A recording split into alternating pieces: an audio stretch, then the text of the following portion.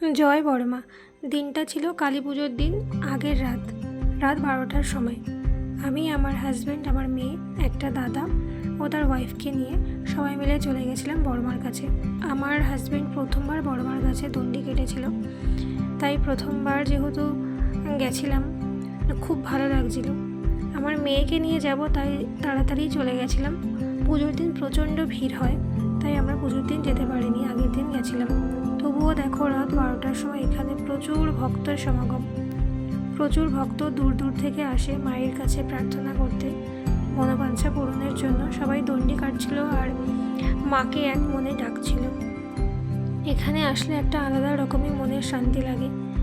আমি এখানে আসতে পেরে আমার হাজব্যান্ডের সাথে সত্যি নিজেকে খুব লাকি মনে করছিলাম, যেহেতু আমি আগে কখনো এরকমভাবে দণ্ডি কাটতে আসতে পারিনি, তাই আমার খুব ভালো লাগছিল।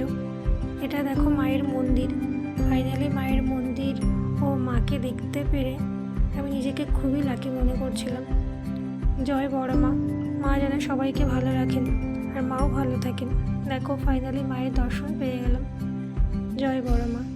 তারপর এখানে একটু ঢাক বাজছিল, আমার মেয়ে ও হাজব্যান্ড দুজনে একটু ঢাকের বাজনাটা শুনলো।